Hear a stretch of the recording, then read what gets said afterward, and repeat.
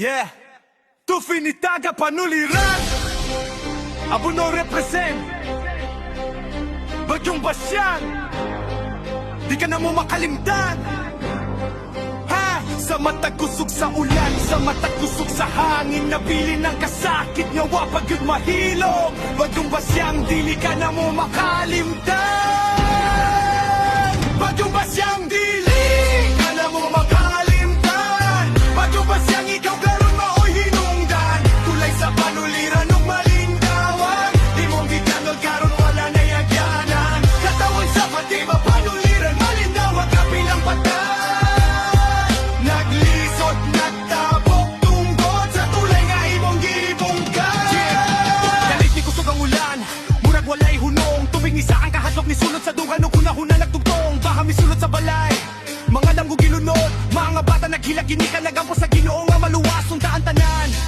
Di malunod sa kalawon nagtanaw, sa asuwang nga nagaguros. Murag dragon nga danggulob, walay pili, bata o tigulang nagpanguros. Tulay nga atong gisaligang talit lang nawala sa usa ka gabi. Ang koneksyon sa barangay naputulog, wala na'y salig nga masaligan pa. Bagyong Basyang, dili ka na mo makalimtan. Bagyong Basyang, ikaw karon maoy hinungdan. Tulay sa panuliran ug malindawan, imong ginanod karon wala na yagyanan. Kagawan sa Fatima, panuliran malindawan, kapilang patay. Naglisod, nagtabok, tungod sa tulay nga imong gibungkan.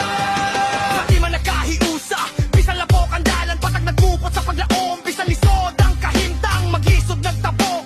Magsakay bangka o maglakaw sa tubig, pero ang kusok sa katawan. Digid malunod bisan, unsa pagkaad, bugad magkakilit. Dili lang ni istorya sa baha o punos. Istorya ni sa kaliton, kunon saon paglampos. Kay bisang iwasak ang tulay nga konkretong haligi. Ang pagtuo o panagiusa, mauya mong likon busa sa ligi. Pwede mong gubaw ng tulay, pero dili ni mo maguba ang among paglaom. Pwede mong anuro ng galay,